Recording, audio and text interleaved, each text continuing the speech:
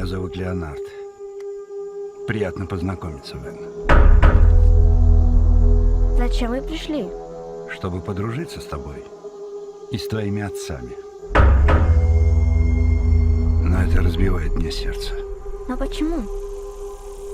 Из-за того, что мне предстоит сделать сегодня.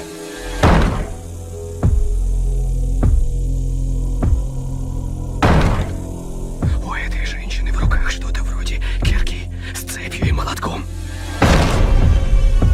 Нам четверым предстоит очень важное дело. Возможно, самое важное во всей истории человечества.